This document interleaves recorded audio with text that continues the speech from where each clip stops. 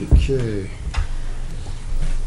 Good evening. I would like to open the March 17th Board of Aldermen meeting. First order of business, we have a public hearing on several items tonight, so I would like to turn it over to Jack.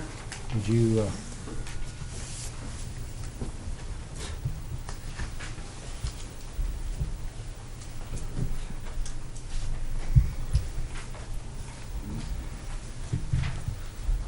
Good evening, Mayor and Board.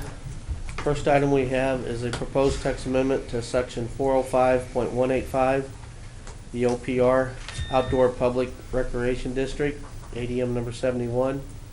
I'd like to ask to make part of the public hearing record the municipal code by reference, the public hearing notice, and my planning and zoning report. This is a proposed text amendment to allow temporary overnight camping within the OPR district and to set the minimum plan requirements for special event permit applications.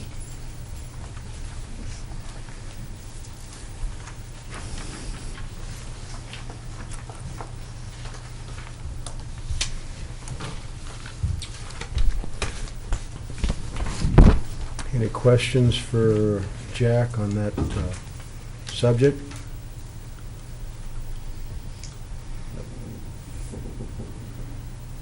Okay, well, I think that's all we need on that one, then proceed to the next one. Is there anybody from the public? What's that? Is Oh, anybody from the do we public? have any comments from the public on that one? Probably not. If not, we'll proceed to the next one. The second one we have is amendment to Section 405.050, definitions and interpretation, ADM number 73. Once again, I'd like to ask to make part of the public hearing record the municipal code by reference, the public hearing notices, and my planning and zoning report. This is during the January 20th, 2015 Board of Aldermen meeting. There was discussions from the board and the city attorney for creating a new in-home daycare definition. The proposed new definition will require revisions to the existing code, Section 405.050, definitions and interpretations. Okay. This was an issue we talked about at the last meeting, and I think, is there anybody here from the public to address that? Ladies?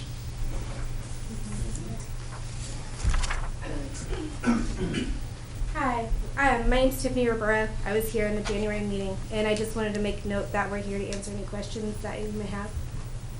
Thank you.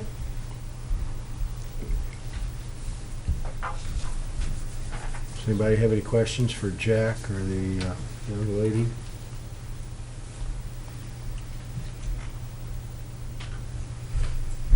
Proceed. Okay, next one we have is amendment to Section 405.210, home occupations, ADM number 74. I'd like to ask once again to make part of the public hearing record the municipal code by reference, planning and zoning report, and the public hearing notice.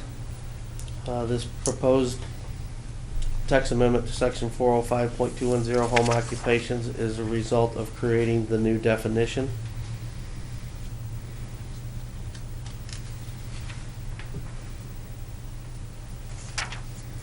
Any questions for Jack on this?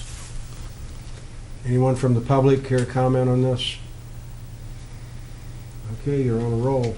Last one I have is a proposed text amendment to Appendix A, the listing of permitted and conditional uses, ADM number 75. This also is a direct result for creating the new in-home daycare definition, and I'd like to make part of the public hearing record the municipal code by reference, the public hearing notice, and my planning and zoning report. So noted. Again, any questions? Any comments from the public? Hearing none, we will close the public hearing on all those matters. I will now open the March 17th, 2015 meeting of the Warrenton Board of Aldermen. And I would ask Alderperson Holly to please lead us in the Pledge of Allegiance. I pledge allegiance to the flag of the United States of America and to the republic for which it stands, one nation, under God, indivisible, with liberty and justice for all. Thank you.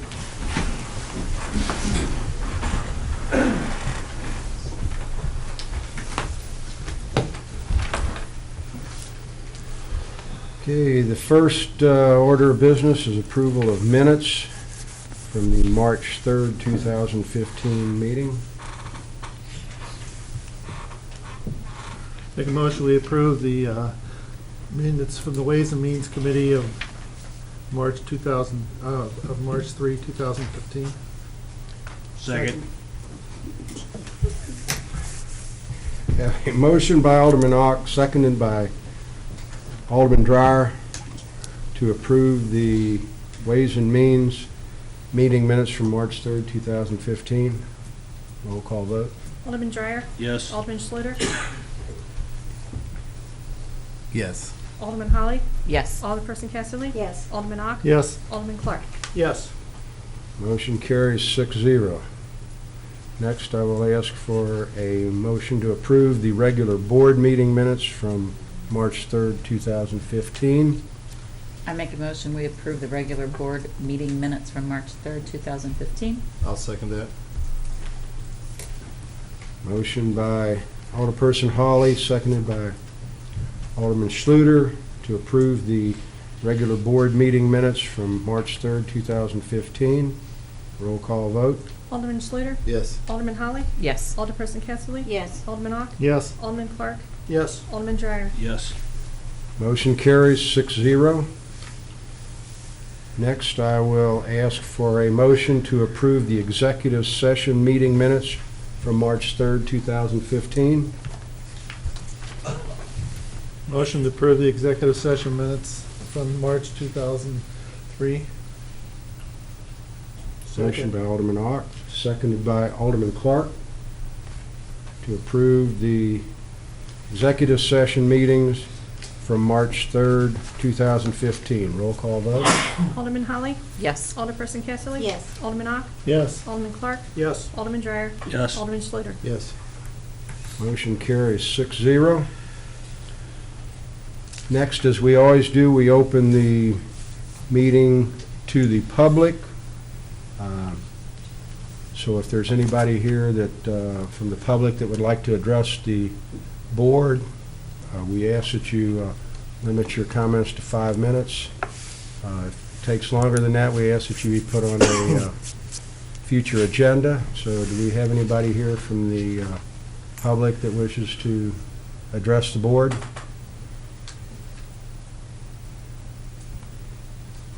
Hearing none, we'll move on and ask for any comments from the Board of Aldermen. Yeah, I wanted to take a few minutes to discuss the vote last meeting on the water credit for the young couple who appeared before the council. I was the only dissenting vote, and I've had several people ask me why I dissented on the vote. And I have some really concerns about the action of the board on this, particularly because it's done outside a policy guideline. I think that if you've been following the news at all, or if you have a strong opinion about what government does, I think government has to be fair and treat everybody fairly. And when we make decisions outside the guidelines of policy, it creates an opportunity for us to create favoritism or to give a response to somebody that we may not give to somebody else. If you take, for example, we had a young couple standing up here who we all clearly felt needed some relief because of economic situations. But if we had another couple standing up there, an individuals, let's say, who was in the business of building homes or rehabbing homes, and he came in and said, well, listen, I just simply forgot to check on a home and I have now a $3,000 water bill and I want relief. What justification do we have in giving one person relief versus the other person relief? And I think when we have a desire to help, but when it's can be considered arbitrary because there's no policy, I think we open ourselves up for some criticism for favoring one versus another. And I think if you, for a moment, sat here and envisioned somebody standing up at the podium who maybe you knew well, maybe you didn't like, maybe they were a business person whose business it was to rehab homes, maybe it was somebody who had a little bit more money than this couple had, or drove a nicer car, and that person came up and asked for financial relief on a water bill, why would their treatment be any different than this couple? So I think what we really need to do, and what I'd like for the council to do, is to have a meeting of the council on a future agenda or in a future work session where we can discuss a policy that we can apply, because I appreciate Tony's thoughts that you want to do something and you want to take every situation independently, and I think it's very frustrating when you sit up here and you try to follow guidelines, because you do want to try to take every situation distinctly and differently, but I still think it needs to be within some kind of framework so we can come up with decisions that are equally applied to everybody, no matter what their circumstances is. So if the council does not object, I'd like to see if we can either get that on a future agenda, or we can have a work session where we can discuss how do we develop policies that allow us to address situations like that where everybody's treated the same under the policy. That's all I have. Would you want this like prior to a board meeting, or do you want an extra Well, I think night, or how do you? Well, I think we could probably do it prior to the board meeting. I think that it's going to take some time to talk through it, because there's a lot of ways you can create policies that would allow for circumstances like the one we saw, but it takes some time to develop and to come up with the thought process for how we're going to apply this in these situations and what all the possible situations are, because I just really don't feel comfortable as an elected official going outside a policy area on making decisions. I also feel frustrated that when you want to help somebody and you want to stay within the policy, it's also difficult to deal with. And so I think this would be a way of us trying to work something out where if we feel like this type of situation needed to be addressed in some other way, that we were within a framework to do that. Any comments on it? I think it's very reasonable. I think so too. I think, the other side of it too, we kind of put our city employees at a disadvantage maybe by doing that arbitrarily. And so I don't know, maybe if in not just a meeting of the board, but maybe we bring in Guy on that too. Brad and Jack. And maybe Jack, if you guys would Bring them all in. offer some. Chief, you want to come in? No, I think For you're right. enforcement, do we need you for enforcement? No, I think you're right, because I think the staff knows situations that we typically run into that the board members wouldn't. And then we can kind of work through those and what's fair, what's equitable, what's within a guideline. And it does take time, it's important. I mean, it's kind of like what we're going to be discussing later on about the zoning change. They want to do something, but it has to be done within the guidelines, so the process all of a sudden slows down when we can work out how we really want to do it. And I think this is very similar to that in some ways. Then would, as far as before, if we have one before, the next meeting is April 7th. Would you want to have a meeting like at 6 o'clock before that board meeting, or would you rather put it off, that being election day, would you rather put it off till the following, or how? Well, if I don't get reelected. What's your pleasure? I thought you could put it off whenever you want to. That's kind of what I was Yeah, it's kind of Yeah. presumptuous to say. There might be a whole lot of different Yeah. faces. There may be different faces, Oh. but maybe that's What's also your a justification. pleasure? But maybe that's a justification for putting it off till there's a new board constitutes, because there may be one or two changes on the board, and Right. maybe that would make sense. But I think it really needs to be on the agenda, and it really needs to be addressed. Okay, which, should we then not set a definite date, just say that do the 2nd April.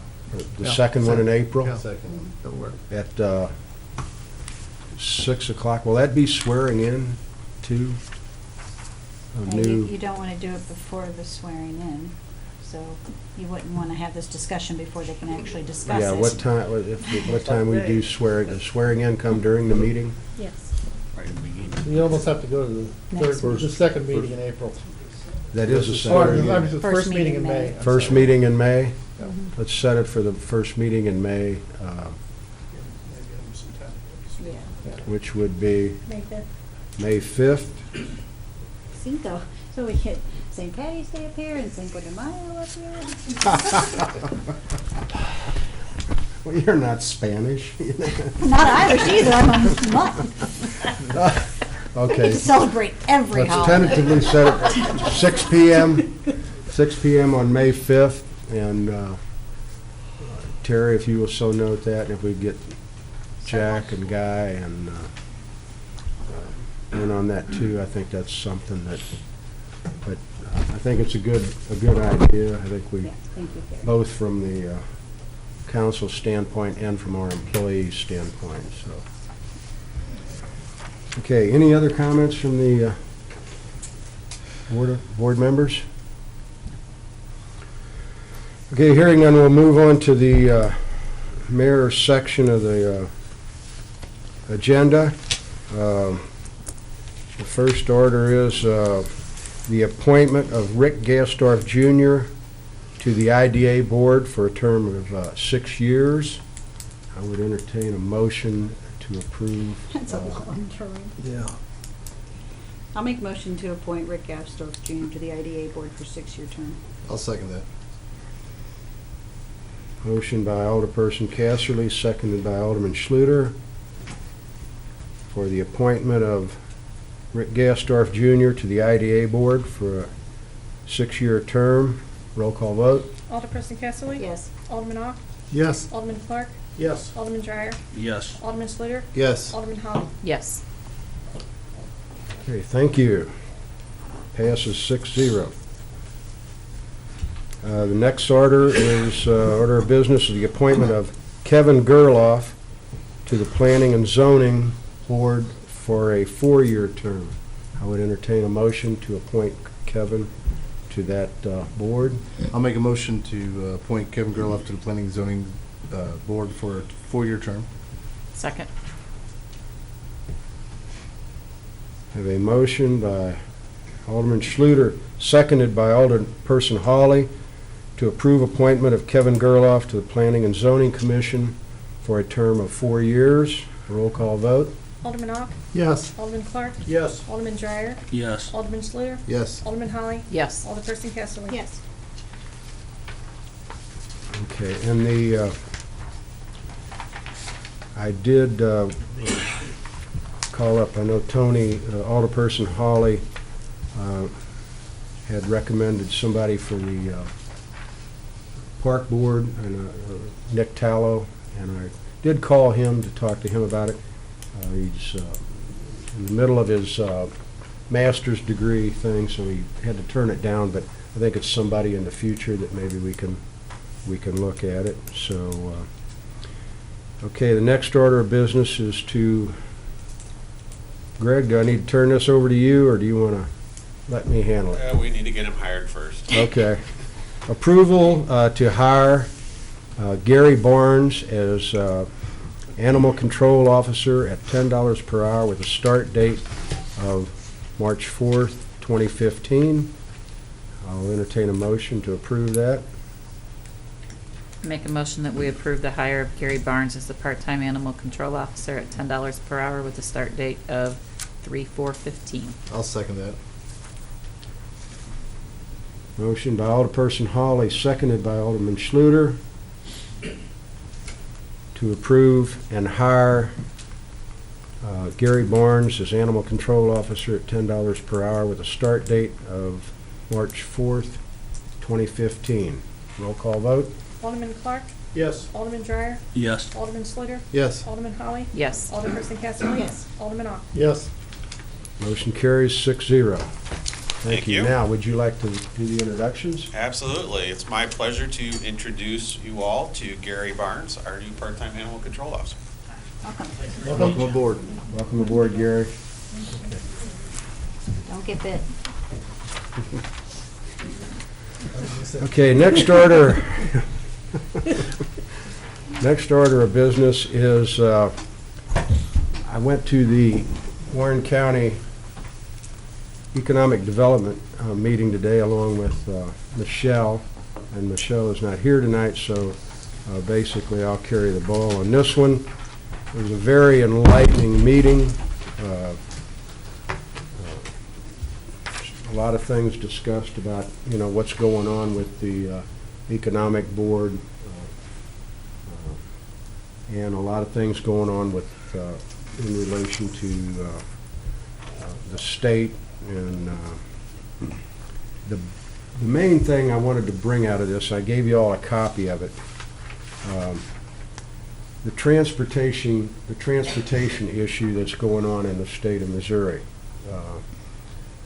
It's the big question is, of course, Governor Nixon wants to make Interstate 70 a toll road. A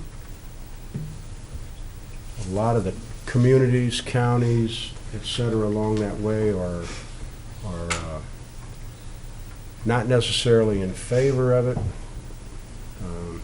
I know we had talked previously about getting together with Wright City, Wentzville, some of the other cities along the way, Jonesburg, Montgomery, to issue some kind of statement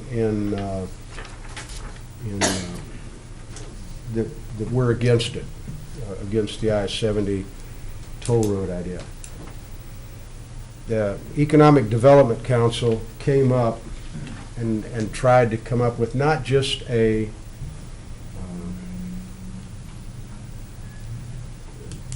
strictly negative way to approach it, but they came up with some things that, okay, here's what we would support and here's what we would not support. And talking to Steve Etcher, he was the one that kind of led the way on this, and it's something that we feel like we need to get behind. I was talking to one of the other members of the board who had talked to one of the legislators in Jeff City, and he said this thing is growing legs. So we may already be behind on this. It doesn't look like there's going to be anything happen maybe in this legislative session, but they said for sure in 2016 there's going to be something happen with it. So the idea is to get people signed on to a plan. And this is what the Economic Development Council came up with. As you can see, it goes through and it goes to each option of alternative financing. And the three biggest strikes are, they want to oppose toll roads, oppose the authorization of local gas or use taxes. That has been tried in a couple smaller communities, and they found out that it definitely doesn't work. And then the redirect of private assets to control of private entities. A lot of these things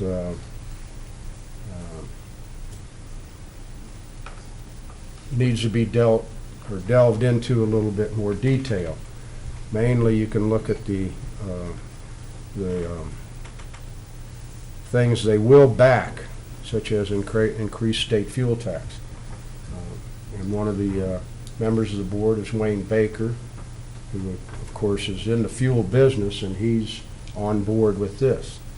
It's not an answer. It's not a tax that that anybody feels will do the whole job, but it's something that maybe that would be a partial, along with some other things. So basically, what they're asking, they're wanting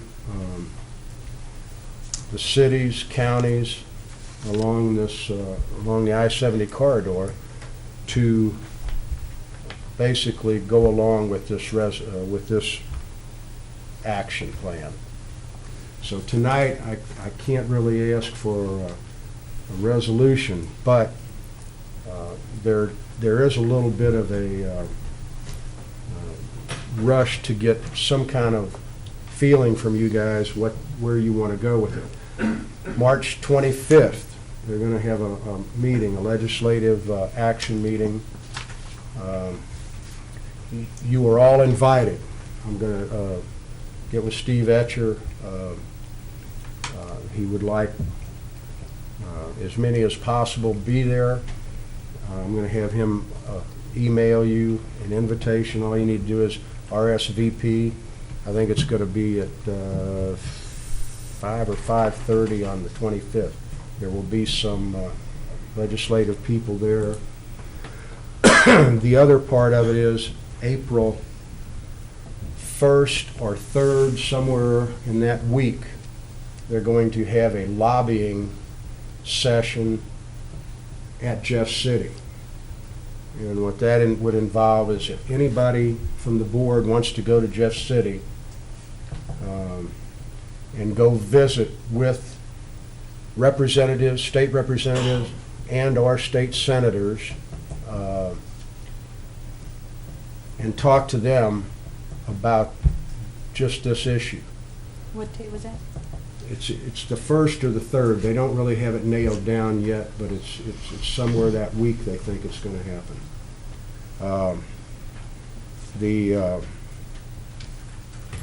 And Steve will give us information, talking points and everything. He'll help guide you through it to when you know what you need to talk to them about. So it's something that I think if everybody, anybody that's interested, you're more than welcome. And again, that's the reason that there's kind of a rush to get this approval. And like I say, I can't actually ask for a resolution tonight, but I would just like to get some kind of consensus or some kind of feedback on where you guys are at on it. I think it's a very critical issue, and like I said,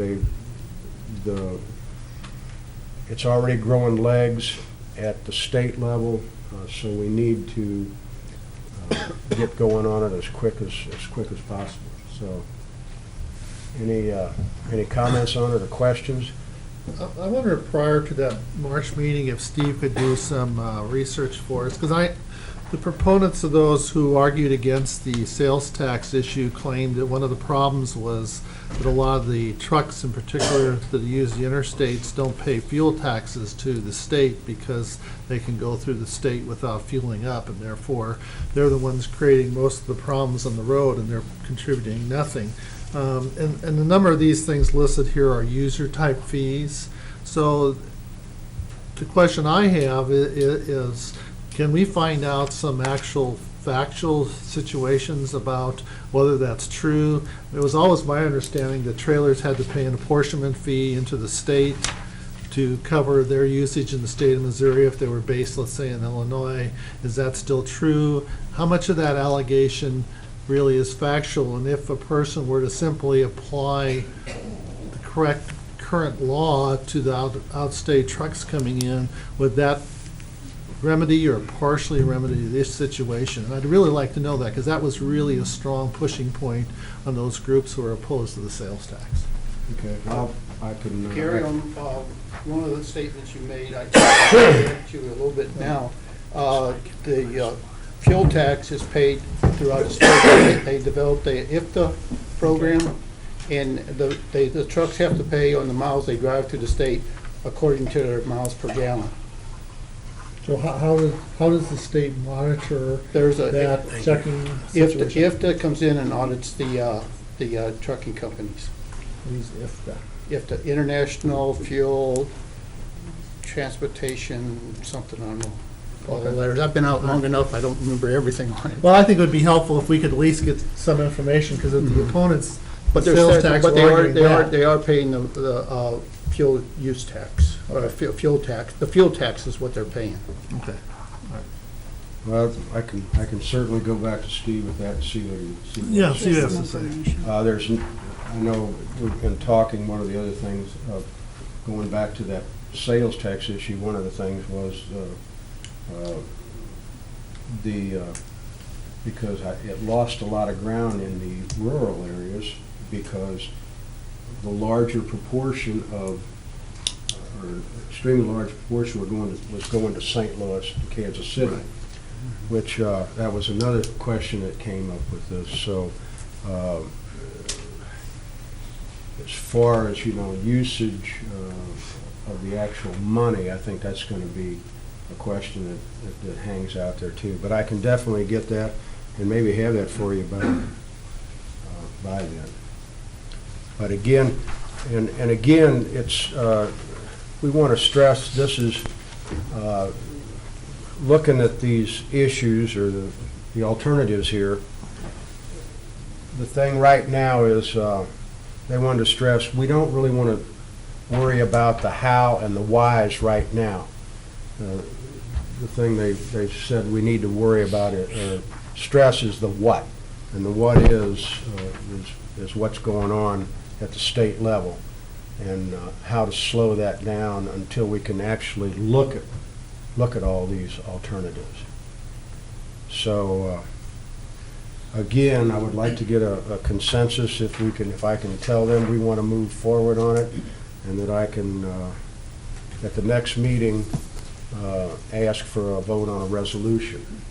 Well, I'm not for the toll road at all, but I have to admit that it would be very helpful if Mike would come and address the board about some of these issues, whether it's another session so we learn more about it or what.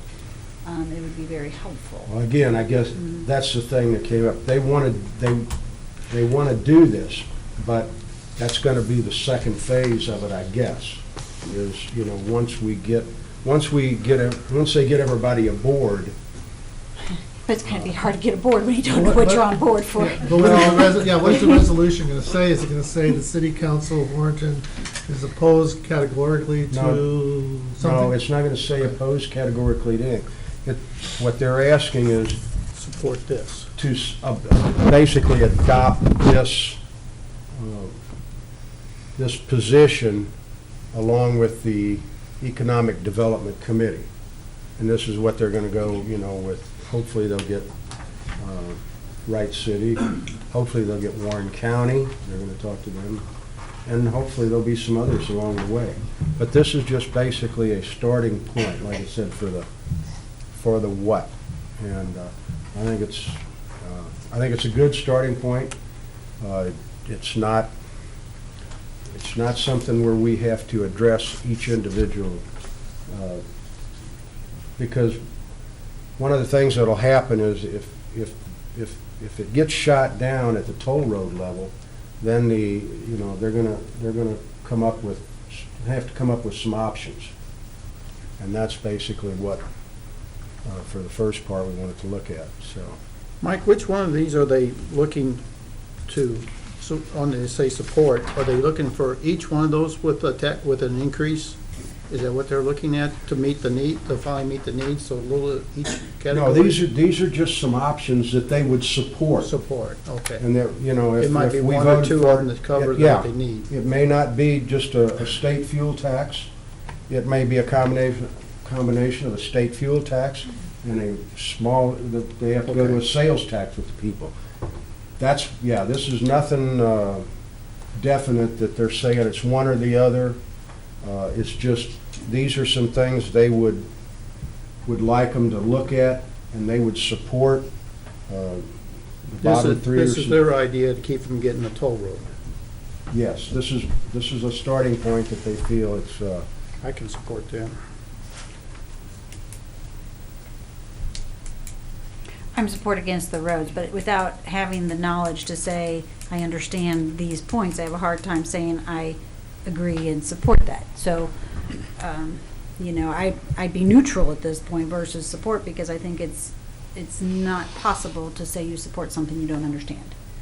So without the additional knowledge, I can't say I support all those green checks, but that doesn't mean I disagree with them, I just want more information before I say I support it and we come back later. I support the initiative of going to Jeff City against the toll road, trying to work with them for other solutions. I just don't want Jeff City to come back and go, well, you said that you supported these options. Okay, again, You know. it's, And I agree, I understand what you're saying, but you have to understand when I say I support something, I'm putting my name on it too, so. I support it. okay.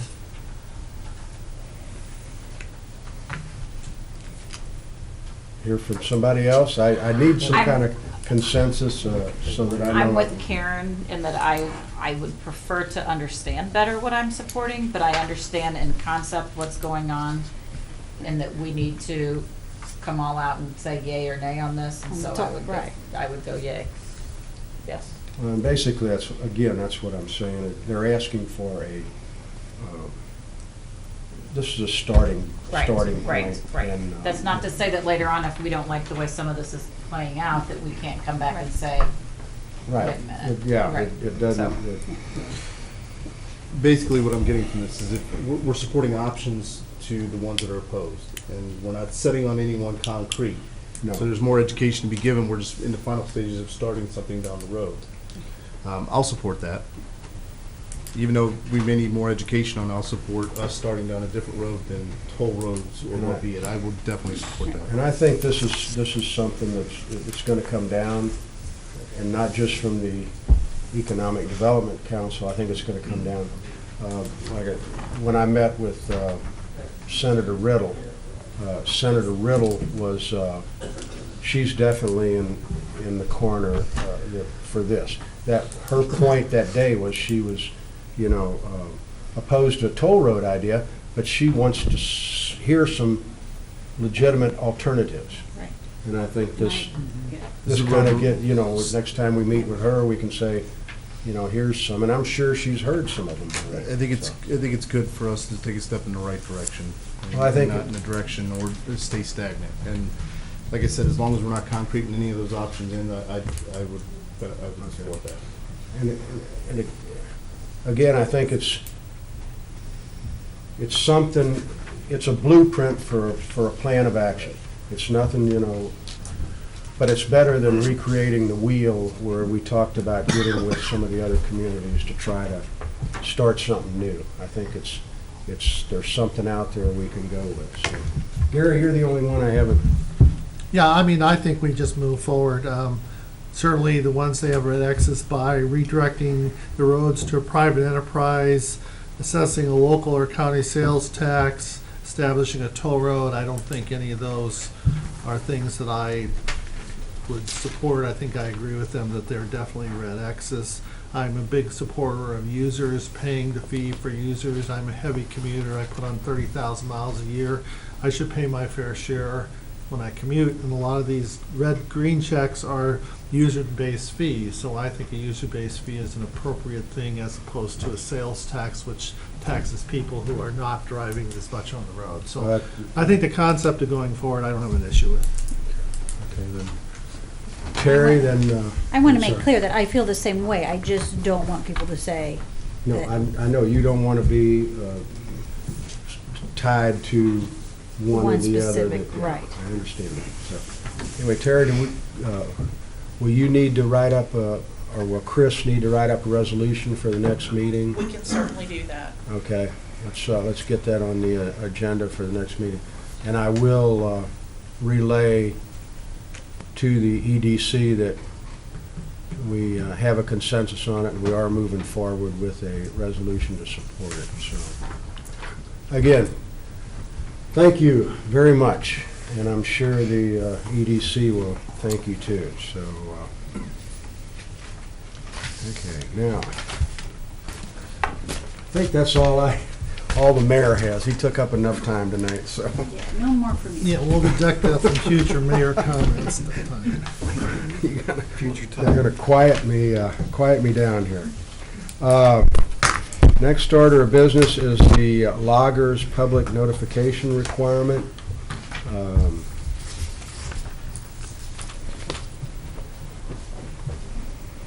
Terry, is that your department, or who do you have? I can certainly do that, or Gabrielle can answer questions. Okay, Gabrielle, with one or the other, then take it over. Okay.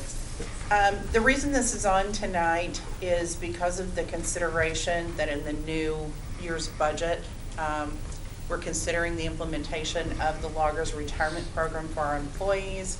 One of their program requirements is that the actuarial information, so a big packet of numbers, half an inch thick, that the actuarians, I guess that's the right term, put together for us about all of the financial considerations involved with it, that those are made public for at least 45 calendar days before we would make a final consideration of whether to get implemented and accept this program or not.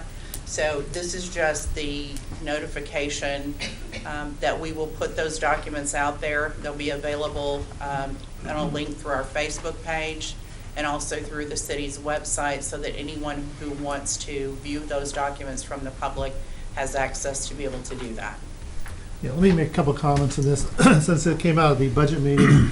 What the council is considering doing this in pretty plain language for most people who don't work in government sources is switching the retirement plan of the city to something called loggers, which is a state retirement plan. It's probably very similar, and if you're not in government, it's very similar to a defined benefit plan as opposed to a 401k where an employer makes a match. And so however you do in the market, that's how you end up. When you retire. This is built around average salaries. That's a very conservative approach. We're taking the minimal step forward to do this, and the additional cost to the city in the budget the first year will be $32,000. There'll also be additional cost to the employees of about 1%. And the reaction should be, well, it's $32,000 in the city, why would you do it? I think one of the big benefits of going to this system is that there's probably a demonstration that there's better employee retention through having this program, whereas if you take an employee from another city who comes out to Warrenton and needs a job, he's in the logger system, he can get into the logger system here. It's something that has, for those of you who don't have a defined benefit plan, you wish you had a defined benefit plan, and so this is kind of something that I think really is important to reduce city turnover, to support the employees of the city. And that's why the city councils and the finance committee consider this. And like, if you have questions about it, there's certainly information that we'll be posting, and phone calls would be appropriate also. So that's kind of my summary of it. Any other questions or comments on it? Okay, then be aware that it is available for anybody to see on the website, link to the website. Next order of business is renewal of service contract for Agape for 2015-2016. We have somebody here from... Good evening. My name is Michelle Bernth. I'm the Executive Director of Agape. Thank you for your time this evening. I appreciate it. I'm here to make an official request for renewal of the service contract between the city and Agape. We've been a partner with the city since 1996 to provide services to feed people who don't have enough food and to fight homelessness within the city limits. I don't want to take up a lot of your time tonight, but I do want to mention a couple of the deliverables from the last service contract. We served 5,706 city residents. That number is 46% of the total clients that we serve, our city residents. 2,201 families were served. We spent $357,348 to provide those services. 145,003 pounds of food were distributed during that time period. Our total cost per person per year is $62. And during the last service contract period, we added 481 families to our client roster. The service that Agape provides continues to be extremely needed here in this community.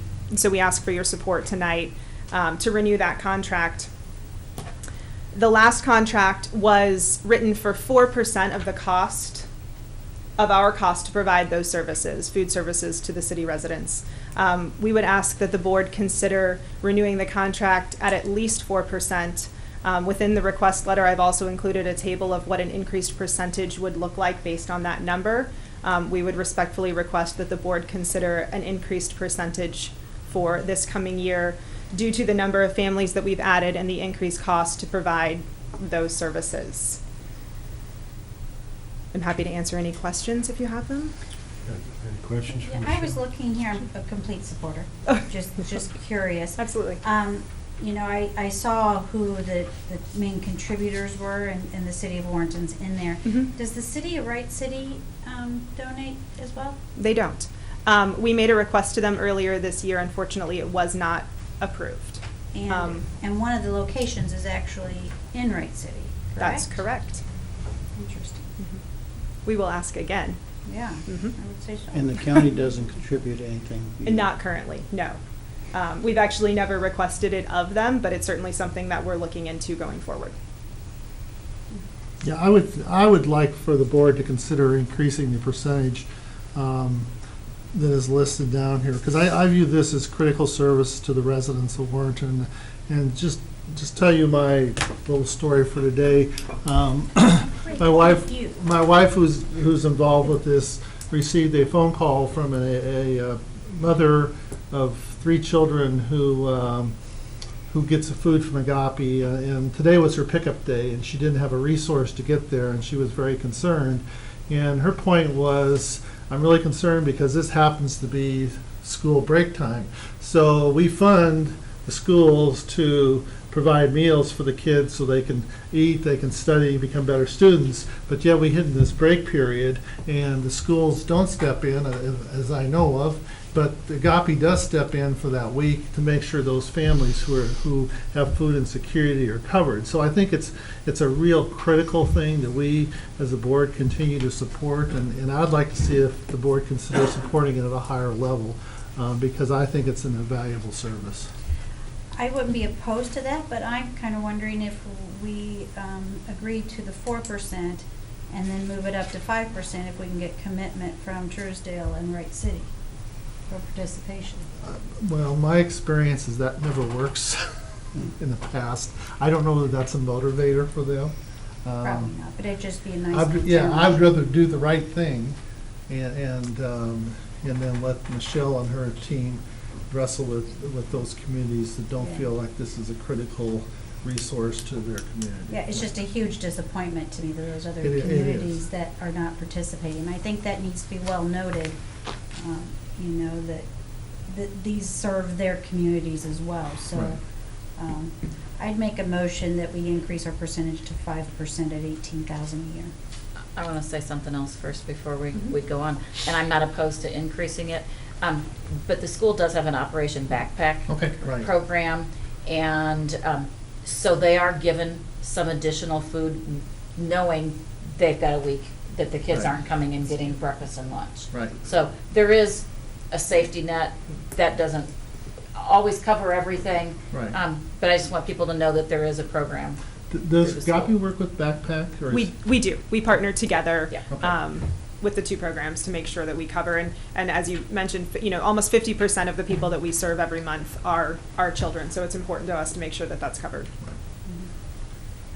Okay. Well, Okay, now go ahead. and I'll make the the motion for 5% at $18,000 service contract. I'll second. I have a motion by Alderperson Casserly, seconded by Alderman Ock, to increase our support to Agape from 4% to 5% for the year 2015, 2016.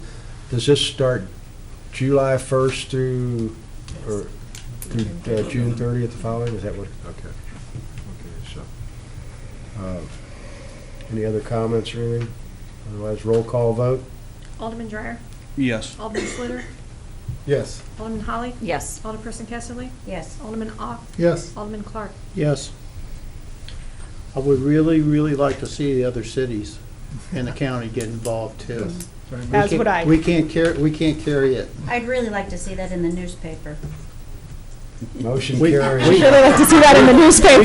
No pressure, First off, the motion carries 6-0. Now, okay. Now, Tim. We've it's had in this your challenge to see that out in for the years, newspaper. and we'd like to see it go through once. Yeah, we would too, and we will continue, obviously, just as your budgeting process does. I think this ship has sailed for the Wright City budget for this year, but we will continue to approach them and educate them about the service we're providing, as well as with the county and the city of Truesdale. Thank you very much for your support. Thank you, Michelle. Tim, we need an editorial from Bill.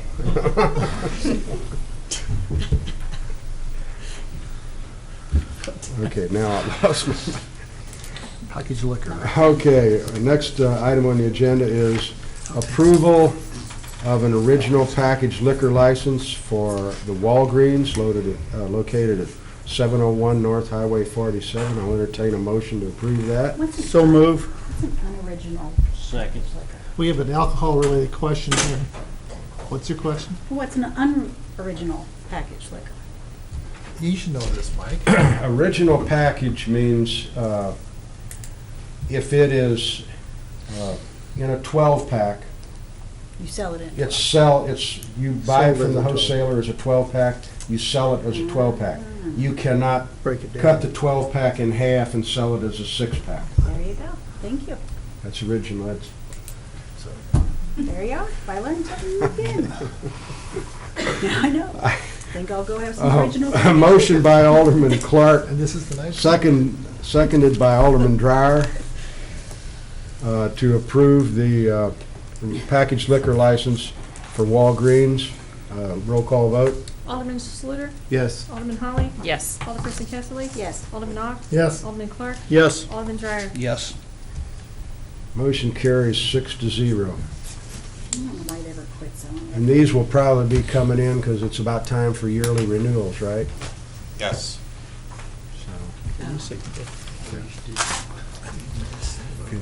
Next item, excuse me, on the agenda, Terry Thorne, Director of Operations.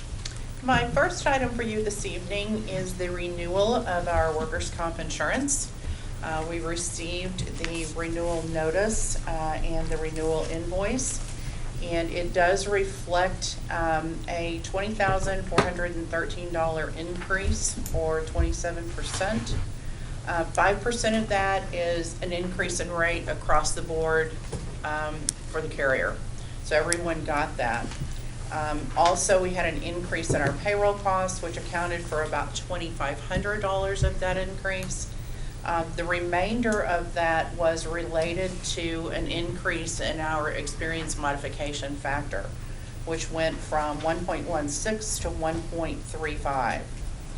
That's a result of claims, directly result of claims on our account. And one of those things that there were some fairly large claims, there were some less significant dollar value claims. But because of the way the system works, the small claims have a direct impact on that change in the modification factor as well. Julie Myers is here from Tri-County, who probably can explain this better than I if you guys have questions for her. I've also spent a lot of time talking with Alderperson Kesserly today, who also understands this better than I do. But as I understand it, we are fortunate, based on our experience mod, to have received a renewal option from Missouri Rural Services Trust. So my recommendation for you is that we renew with our current carrier. Julie, you want to stand up? Anybody got any questions for Julie?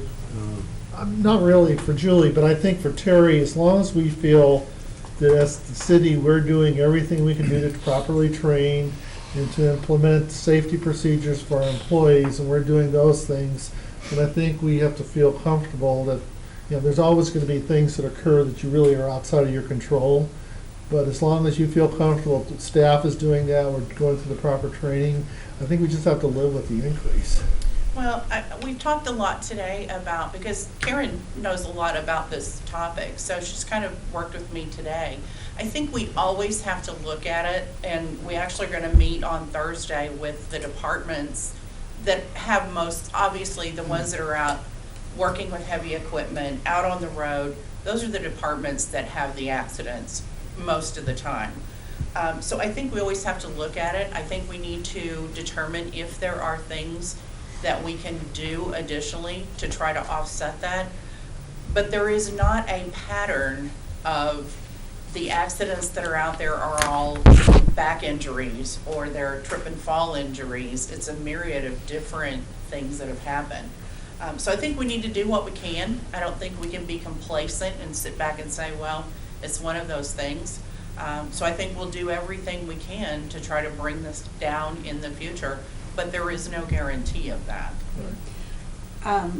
As Terry said, I've done a very thorough review of this, and there are things we can do, but we've done a lot of good things. Our defensive driving was a good program to have. There's always things we can do. We need to continue to do them. Although this quote, it drives me crazy to pay more for insurance, I'm beyond surprised at how good the quote actually is. So with that being said, I'm going to make the motion that we agree to renew with Missouri Rural Work Comp Insurance Trust for an annual premium of $94,682. I'll second. Okay. Motion by Alderperson Casserly, seconded by Alderman Ock to accept the compensation insurance renewal.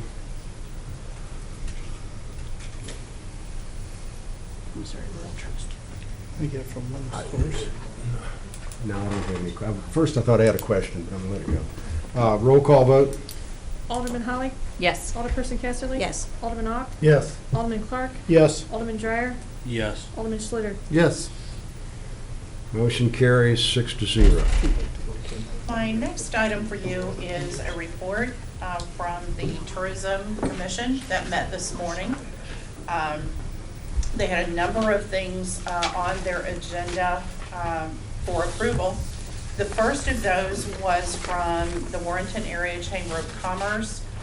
It was for the cost for their Warrenton events website hosting in the amount of $420. In the course of that discussion with Jan Oliarnik, who was here from the chamber, we talked about the fact that as part of our new website renovation, our plan was to have an events website that everything related from the outside could be posted to. So it was suggested that perhaps the city should just take this website over, obviously take the $420 cost on, but then be the facilitator to have individuals get all of their events posted there. It was suggested that Jan first ask her chamber board to make sure they were supportive.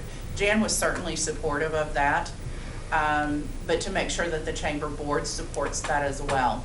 The Tourism Commission recommended approval and payment of the $420 for the web hosting, and then the potential is that this WarrentonEvents.com will become the website that our new web page is linked to for the city, so that everyone can post events out there. So that was recommended, the $420 was recommended for approval by the Tourism Commission. So Terry, that wouldn't just be chamber members, that could be any Right. community, okay. Right. Again, Any, was it this is- nonprofit,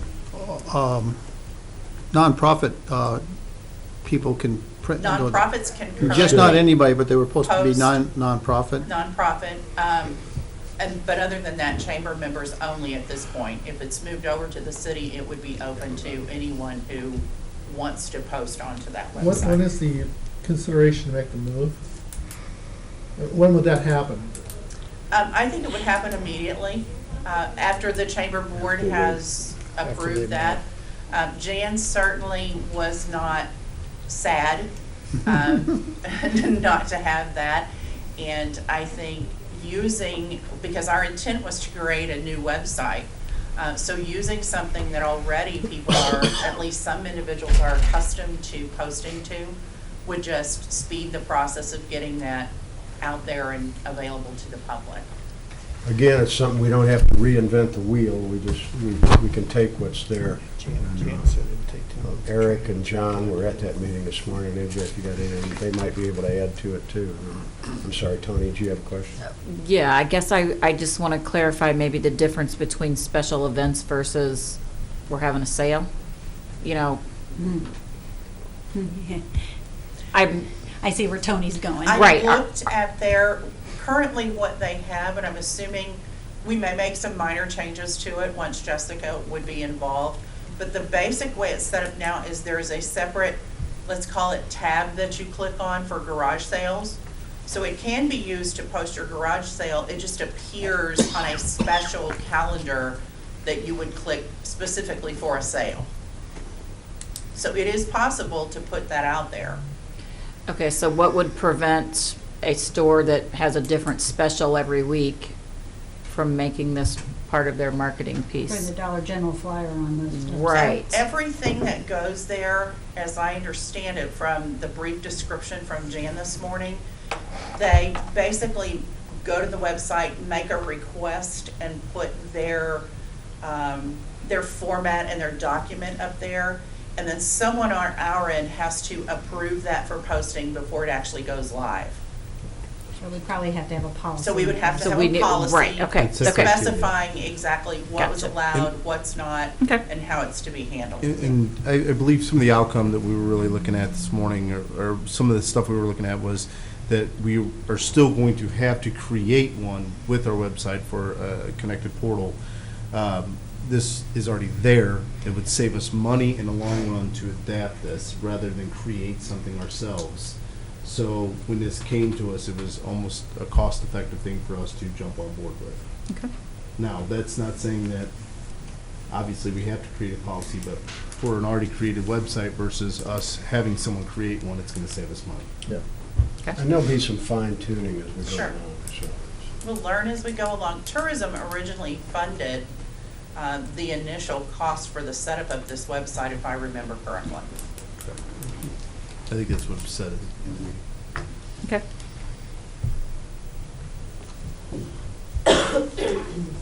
Is that the only thing? No, do you want me to go through everything and approve Well, how do you everything want to at do a it? Do you want to time? do it by each one, or do you want to? That's your choice, Mayor. Well, we've got one. One I just here needed that- clarification on that one. The rest I'm okay with. Yeah, I have no problem approving the whole thing at one time. I think, though, we need to kind of share with the public a little of the vision of what we're improving here, because this is a big step away from where we were in terms of activity. So I don't know who's more Well, and qualified before- and wants to kind of talk about that and generate a little excitement. Let's I'd be continue. happy to talk And about it. continue. Okay, so the remainder of the requests were from the city of Warrenton, and they were all related to planned events that are upcoming in our community. The first of which is 3 movie in the park nights.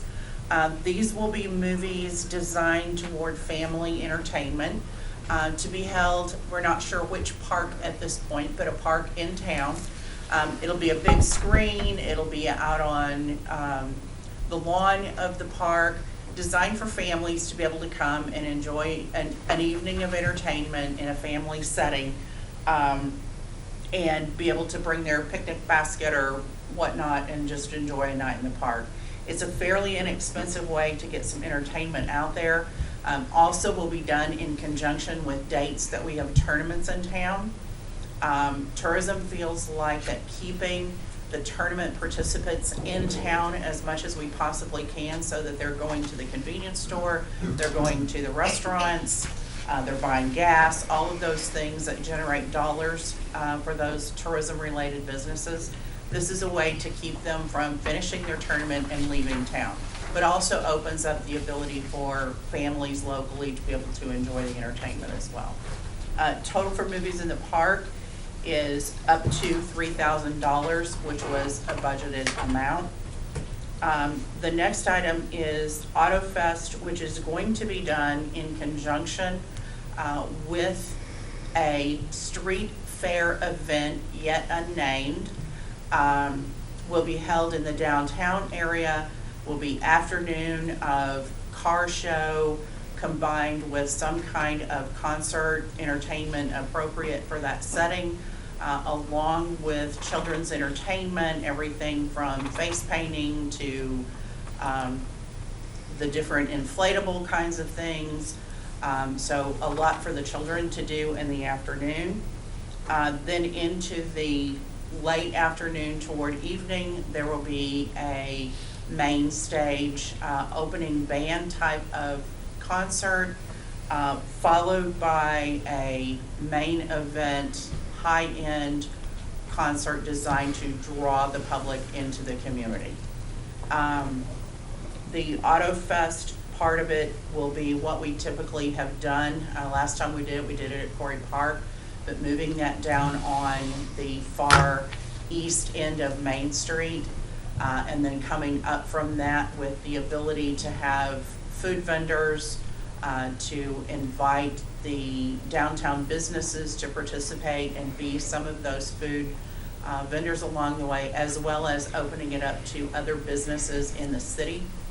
And if we don't get enough vendors from that, then it will be opened up to outside vendors to make sure we have adequate food service for that area. But it will be very much like the prior Catch the Glow, maybe on a little bit bigger scale, but basically along those lines. Will be a free event to all of those who choose to attend. And I think the point to me is that we're gonna try to bring in a little higher end music group. Yes. I don't know what you can get from our budget, but Well, I just, real briefly, like to give some kudos to Jessica, who did seek out, one thing she pointed out, the photo booth. She sought out and found a local person from the city who is actually, she's looking at to do that. And I think it's awesome. She's able to not only coordinate a lot of this stuff, but she's also trying to incorporate people who have businesses into this so they can make profit as well and be seen within our city. We can be proud of that. And I think that's fantastic. I'm glad that she did that. I think it's phenomenal, and I encourage her to do that more. The other thing that's included here is a concert to be held on Friday night of the Warren County Fair, funded by the Tourism Commission. This also is in conjunction with the big tournament event for the week. We are hosting a week-long fall tournament to be held out at our athletic complex, and trying to provide, again, something to keep those families in town for that week-long period, staying at our hotels, eating in our restaurants, filling up with gas at our convenience stores, those types of things. So there would be tickets included for Friday night of this concert at the fair at a very much reduced rate that the Fair Board has agreed to. They're willing to provide an opening act, if you will, at their expense, and to do this on the main stage on Friday night of the fair. So that is also included in the request that was approved by Tourism this morning. Total of those requests are $65,400. and make a motion that we approve the budget request of Tourist Commission in the amount of $65,820, which includes the website hosting. And I'll second that. Okay. Have a motion by Alderman Ock, seconded by Alderman Schluter, to accept the recommendation from the Tourism Commission to fund $65,000 plus for this myriad of things going on in the summer. So I don't know how you want to write that up, Melody, but so any other comments, questions, or anything? If not, I'll roll call vote. Alderperson Casterly? Yes. Alderman Ock? Yes. Alderman Clark? Yes. Alderman Dreyer? Yes. Alderman Schluter? Yes. Alderman Holly? Yes. Motion carries 6-0. and I will pass along the Tourism Commission. I'm sure will be very happy with everybody's support on that, because this has been something they've been working on for quite a while, and I would think it'd be good move on the city's part. At least after the announcement in the newspaper last week, I've talked to people out in the public that are really happy to see something coming back on Main Street.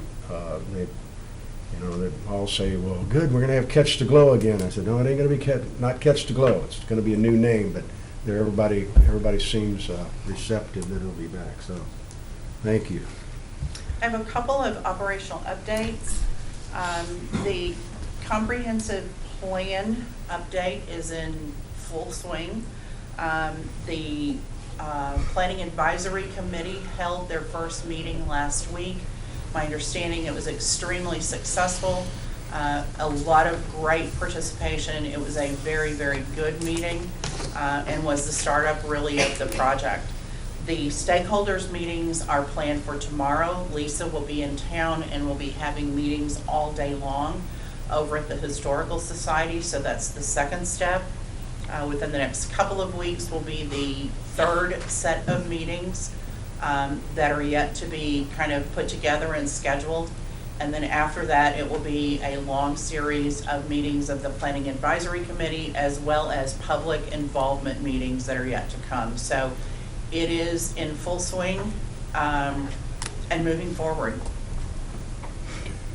And also, in addition, today when I was at the economic development meeting, they introduced me and asked if I had any comments, and I did thank, because there were some of the stakeholders were at that meeting, and I also thanked some of the EDC people that had consented to do they've got interviews tomorrow, some of them, and I told them we were really looking forward to their input, and I think they were very glad that we included them in the process. So again, hopefully this is making some better relations with the EDC and everything like that. So. Very good. Yeah, I think the whole idea is to get a broad base of input from around the community as to how people see the direction of Warrenton and the region, for that matter, and where we want to go. So the more input you get, I think the more beneficial it is. Well, the PAC one that Terry's talking about it's a good mix. It's got small business people, it's got citizens, it really, in fact, some of the private citizens that made some comments, they were really thought-provoking. So I think it's going to be in the long run a very good process. And, anyway, anything else, Terry? Yes, the county at their fitness center has sent us an email and asked me to let you all know. I think Alderman Ock had spoken with them at one point. I think some of the others of you maybe did. They had 750 participants through their doors in January. That's awesome. So it is absolutely a phenomenal success, and they wanted to share that with their fitness center downtown. Great. That's good. That's all I have. Okay, thank you. Can I just take a second? I asked Terry this afternoon to kind of give me an update on how many people are taking advantage of the e-billing through the utilities, and maybe this could be a great newspaper article to encourage people as we keep trying to drum up interest and activity to take advantage of this easy way. Oh, it was this last week. We could repeat it. You could repeat it. We just write a letter. But Yeah, except for some of us who forgot that we had it electronically. how do we do that? I did it. Oh. But take advantage of that, because it's a great service. Your bill will get there very quickly. You don't have to worry about the mail. What about the check? No. Can't guarantee that part of it yet. We're working on that. We're working on it, okay. That's all I have, Mayor. Thank you. Okay, thank you, Terry. Chief Haddishell. Good evening, Mayor and Board. The only thing I have this evening is the Police Department monthly report from February. Not a big surprise that our numbers this year are a lot better than last year's numbers. both because we are at full strength for the first time in a very long time, and because we've had substantially better weather this year. So all those things kind of play into that. A couple of participants in the ride-along program, but I expect to see that increasing because we have a fresh batch of explorers that are anxious to get out and ride along with the police officers. So we'll see an increase in that. Other than that, it's kind of all I have. Any questions? How does a person go about from the community if they're interested in doing ride-along? Yeah, there's a form that can be obtained on the website, Okay. or they can come by the PD and fill that form out.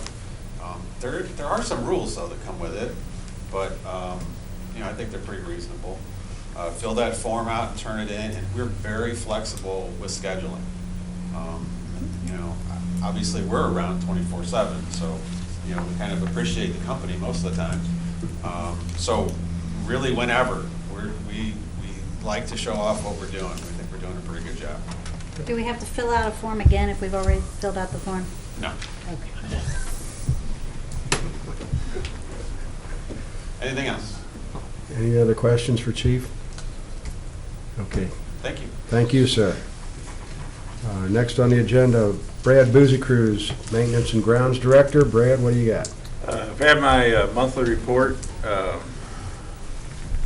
It's a little largest month because we've got January through March on here because of the last month's meetings.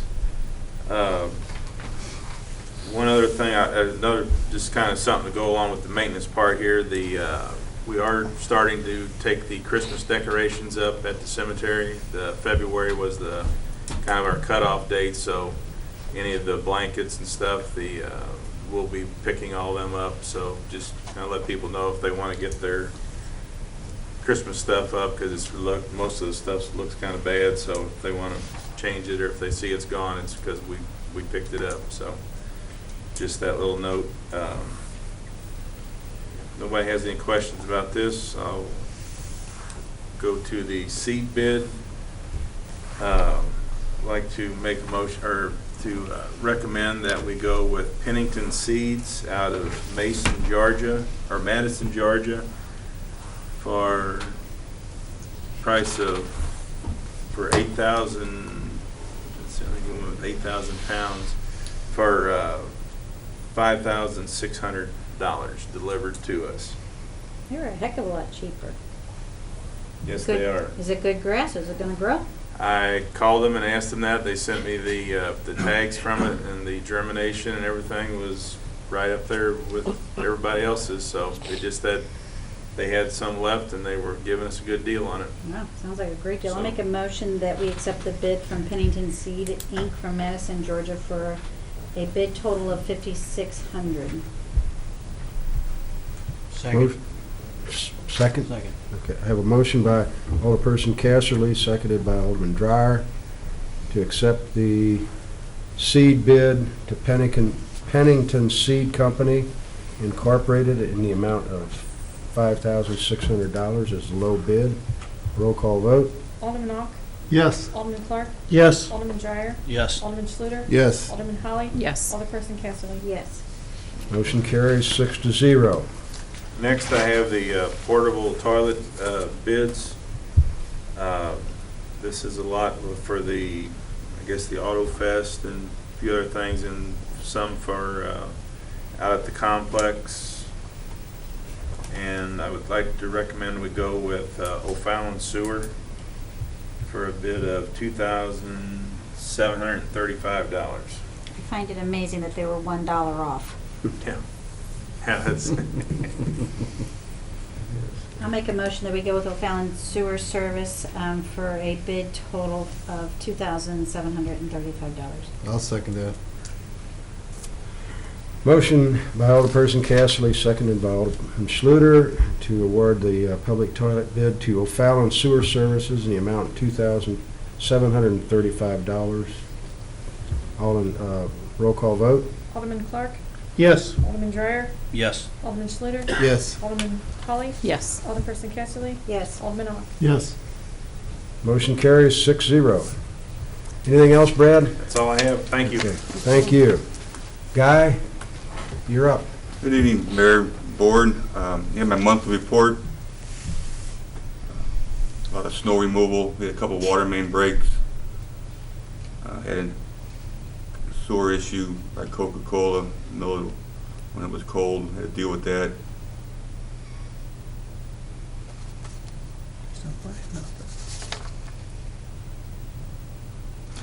You noticed you had water main upgrade on Cherry Alley. That's still in progress, but yes. Is that the one, the alley between 47 and Main, or 47 and Cherry? Cherry Lane. Yeah. I know, because I noticed you were doing some work on Banner. We had to come down Banner to tie the main in. The main ran down the alley and then made a right and then tied it into the Banner. And we upgraded a fire hydrant there too. Is that necessary because of the new business coming in, or is just So what we that's need? just on our plans for the, Okay. All right. Guy, one question on I know when you did some of the water main breaks, I think like there on McKinley, you said you would have to go back in the future to finish it up. we did one already and we need to follow up with the other one. But Okay. yeah, so fix that valve on McKinley too. Or Okay. We don't have a sweeper system to pick up cinders, do we? we do, we purchased a unit that fits on our skid steer that we can get it real close to the curves Okay. and pick that up. So do we do it like April or something, or when do we do I that? was hoping it rained real hard. Yeah, I think there were some areas I was walking and I'm like, the rain's never gonna wash. Yeah, we're trying to finish up Cherry Street, and they've also started the sidewalk on Pinckney Street, Okay. and we had to move a fire hydrant there, so we're I just think trying he's to telling get- me, Karen, he's got other things to do. I think that's what you just said. But Right? politely. But he's not buying anything tonight.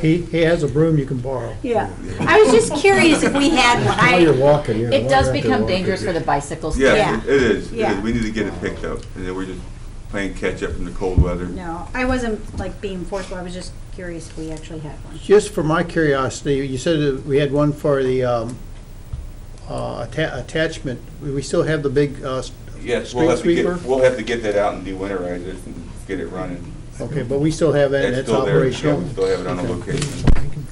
I know, I will.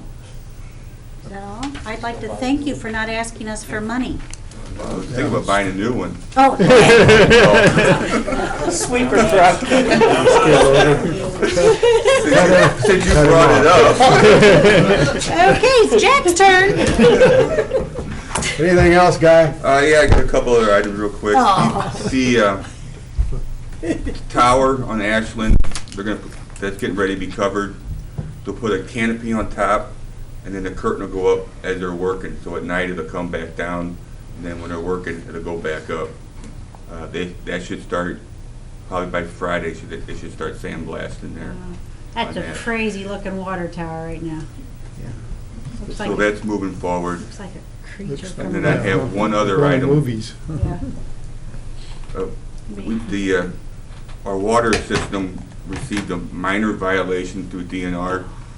We need to take 9 routine samples.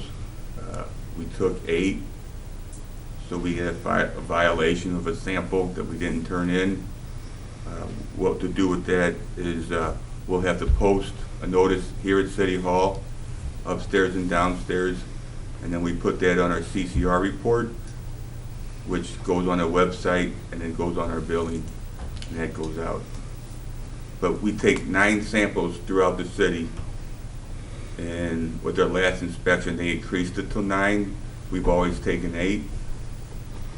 So we had a minor violation for that. So we put that system on our Antera program, so at the beginning of the month, it pops up with the locations of the samples, who did it, and who signed off on it, and who mailed them. One didn't get mailed. So Just an oversight? that's correct. But we fixed the oversight with a work order that would be, come out once a month, beginning of the month, and then whoever does the samples signs off on it, that they take the samples, and then whoever mailed them, because you don't do all the samples all at the same time. You do some in the beginning and then some towards the end of the month. And taking part of the samples is weather related. If it's windy, because you don't want anything falling into your jar that you're grabbing a sample out of. Okay. So it was an oversight, and that's been corrected. Okay. Anything else?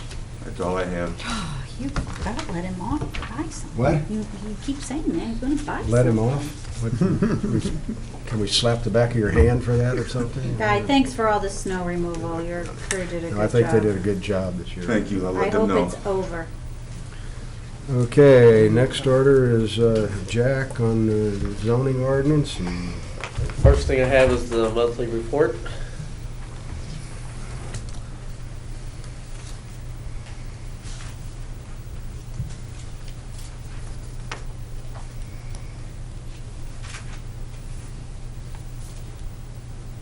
Pretty typical.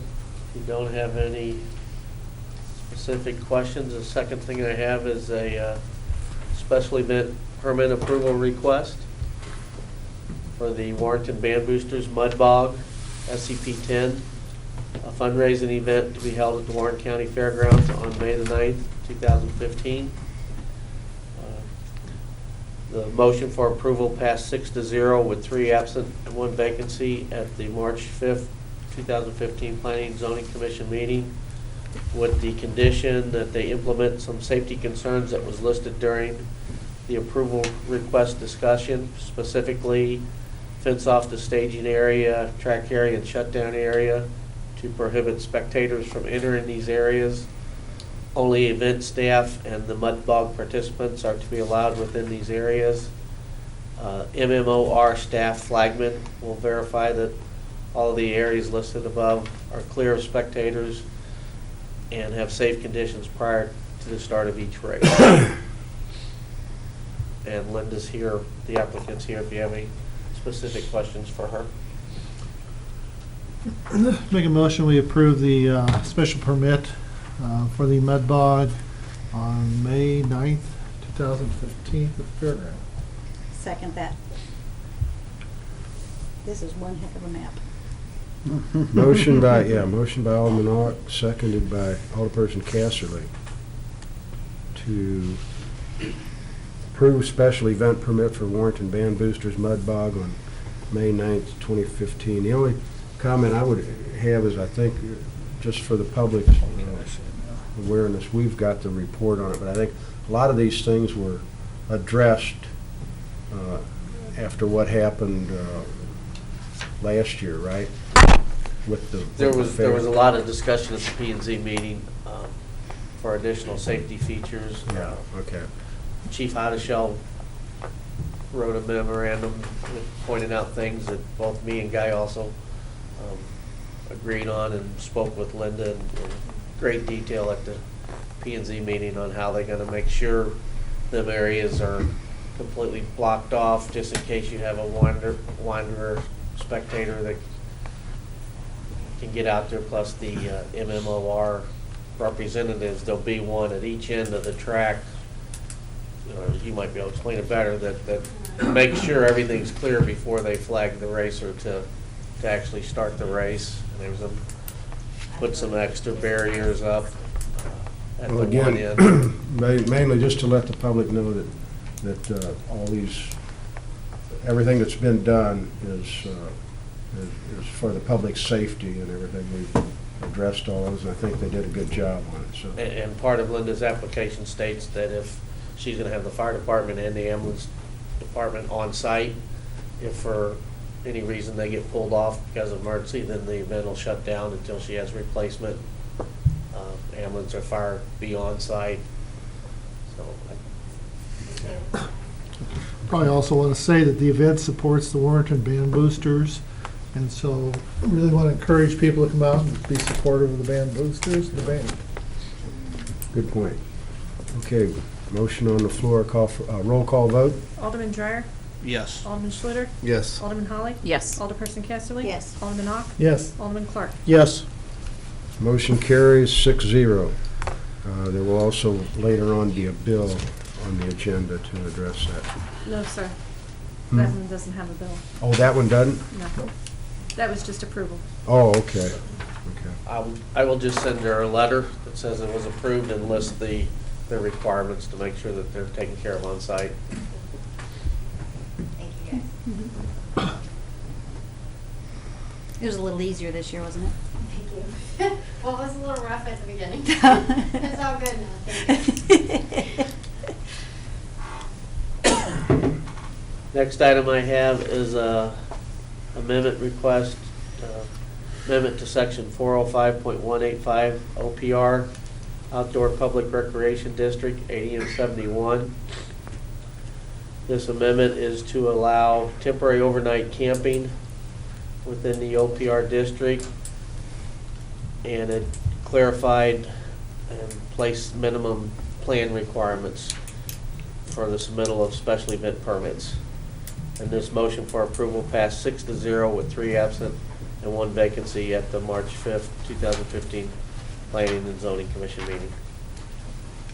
So this does not include park areas that we have. This is for the fairgrounds and for the ball facilities. It would be the only 2 districts in town that are the OPR district is the fairgrounds and our athletic complex. Okay, just wanted to confirm that that's what I was thinking. I brought this up to a property owner close by to the ball field, and they mentioned that there have been people who have spent overnight at the ball facility in RVs. Is that something that occurs occasionally, or that was just something rare? The only thing I would be aware of that's ever happened was when the circus got there a day to set up. Okay. Other than that, I'm not aware that there's ever been RVs spend the night out there. But if we had this in place and they made a special permit, who would make the special permit? Like, let's say it's at the ballpark, would we make a special permit to have it during one Well, of the? whoever wanted the special event permit approval would submit the application, but part of the approval process is you have to have written permission from the landowner, which if it's at the athletic complex, that's We're the the landowner. city of Warrenton. So Right. you guys would have to approve. We would permit have to before they can submit even- the special permit and approve it. Yes, But it would still go through P and Z, correct or not? yes, Yes, okay.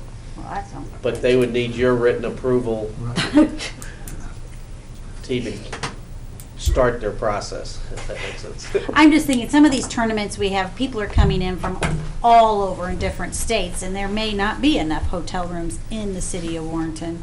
And if they have an RV and we want it, There are ones that a lot of them do stay out here in the RVs. that's what I'm saying. So, maybe a situation for some of these tournaments that we have that set up for permit time. So you say people have done that before? Oh, yeah.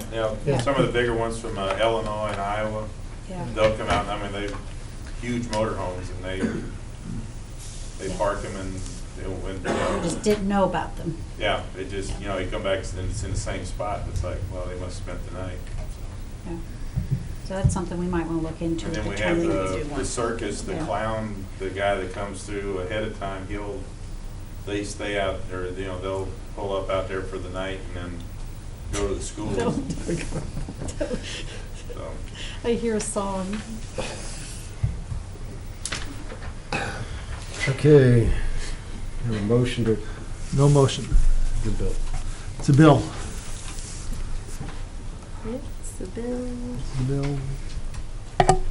Next one I have is a amendment to section 405.050, definitions and interpretation.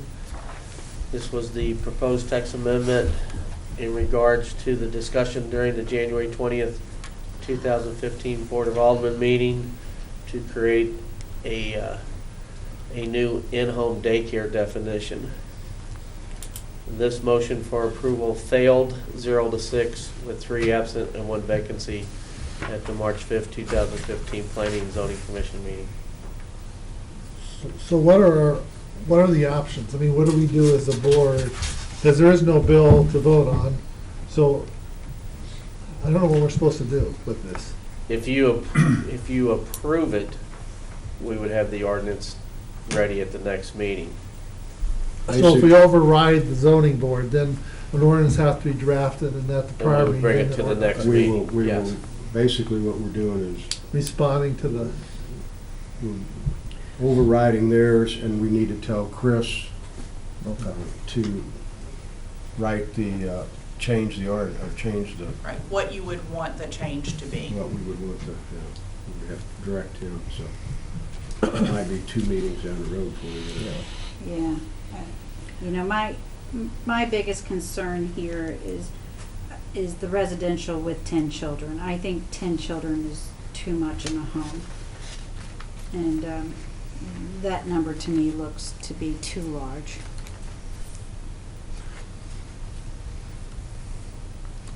Well, I think that was the, I attended the meeting, and that was one of the comments that several of the board members made. They were concerned about the number of children in the home, whether we get into a long discussion about what is the state license and what the state was not.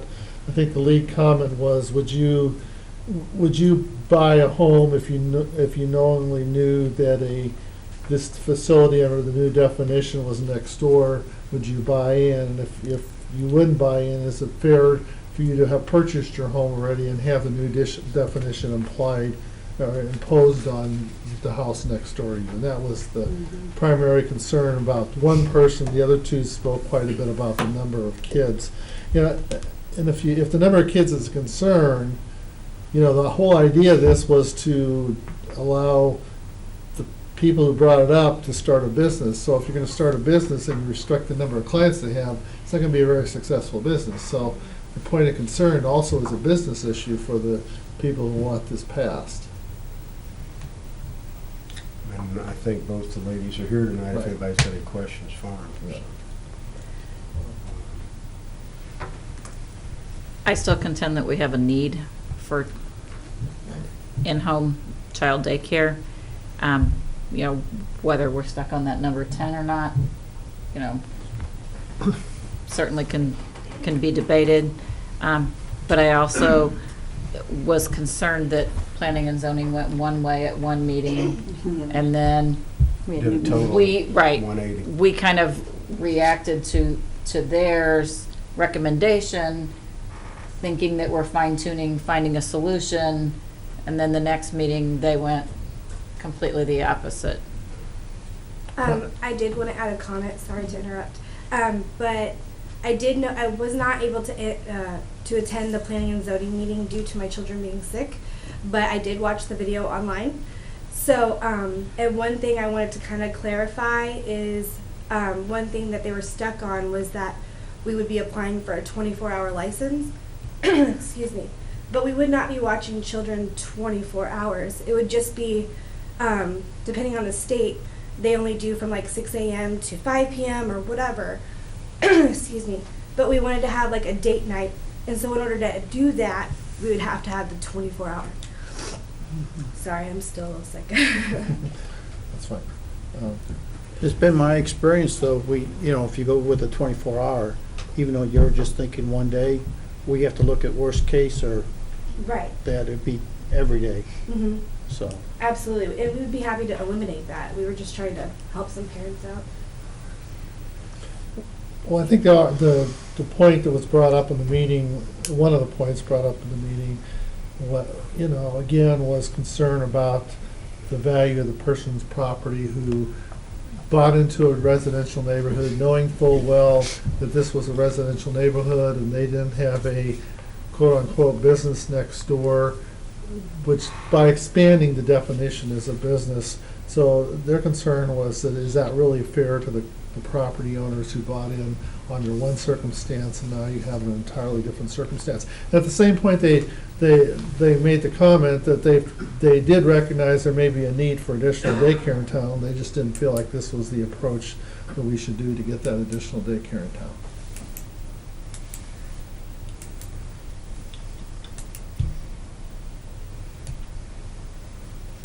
Okay, what's your pleasure, folks?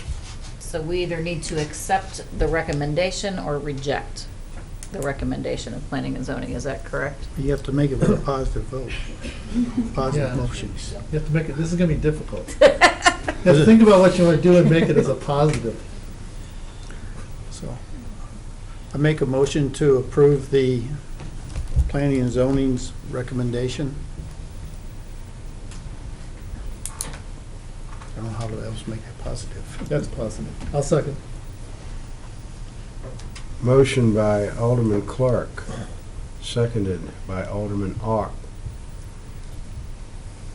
to uphold the planning and zoning recommendation Planning and zoning denied it. Just to make of sure denying the it's crystal clear. conditional use permit or the change. Will this be a condition or just a, No, it's, it's, is a conditional use for that, but wasn't the first thing The was the first thing is definition. you gotta have the definition part of the code before you can even apply for a conditional use for it, because as of right now, that definition basically does we're not just- exist. You're only voting on the definition right now. okay. Okay. So before we vote, just to understand the motion is, if you vote yes, that you're going along with the planning and zoning's denial. If you vote no, you want to overturn it, Right. okay? Roll call vote? Alderman Schluter? Yes. Alderman Holly? No. Alderperson Casterly? Yes. Alderman Ock? Yes. Alderman Clark? Yes. Alderman Dreyer? No. Motion carries 4-2 to uphold the planning and zoning recommendation of denial. Okay.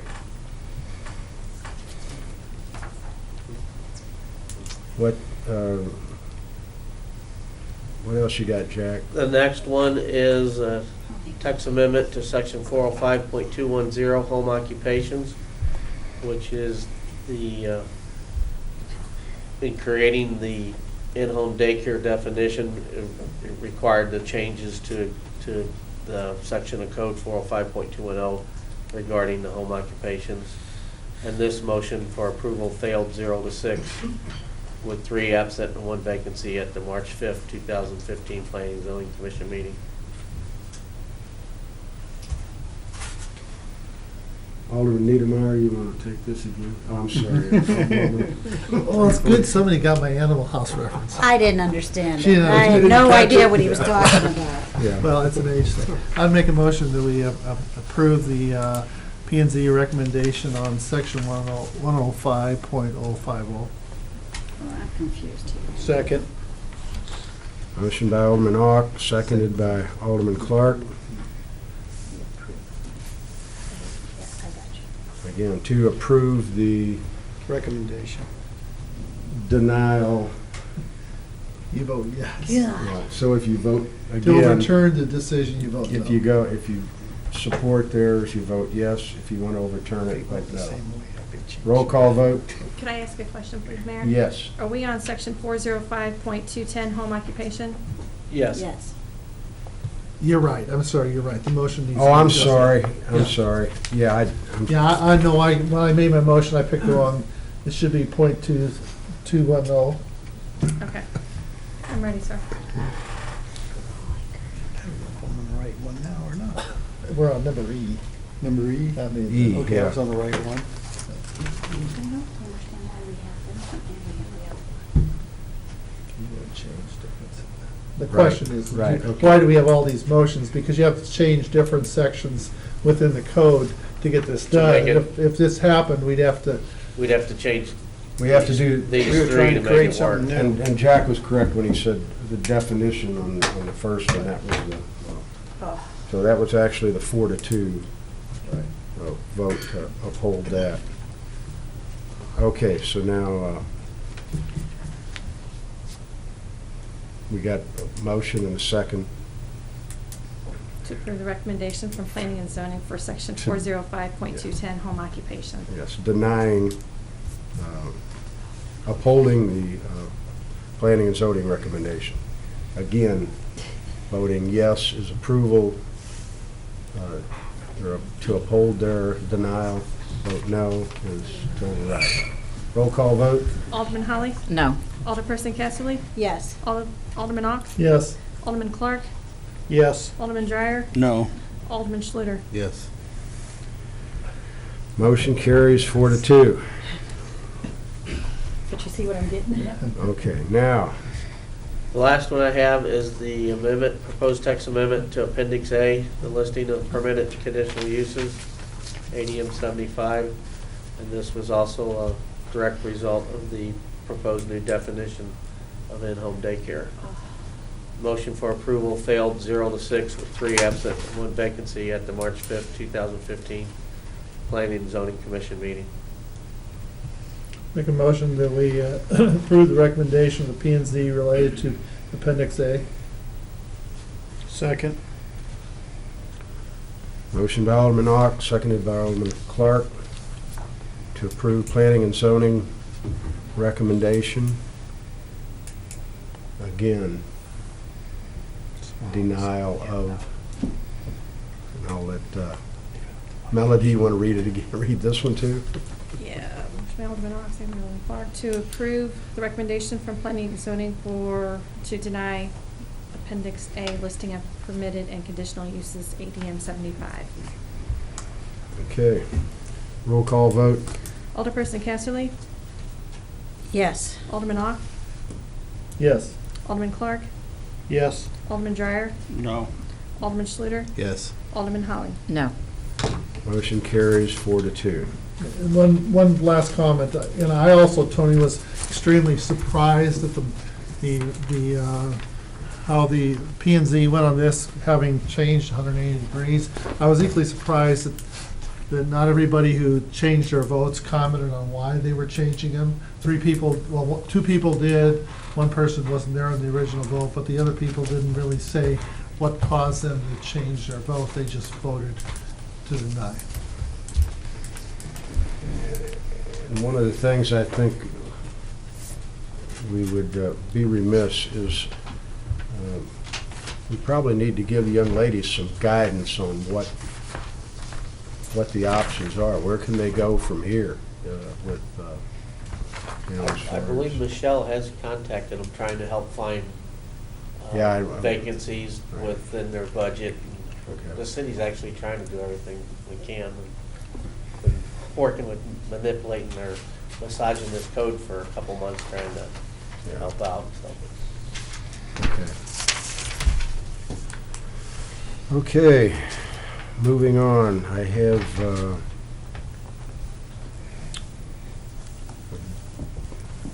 you want to read this bill, Melody? No. No. I call for the first reading of bill Oh, number. I'm sorry. Okay. Bill number That's right. 10-15. Second.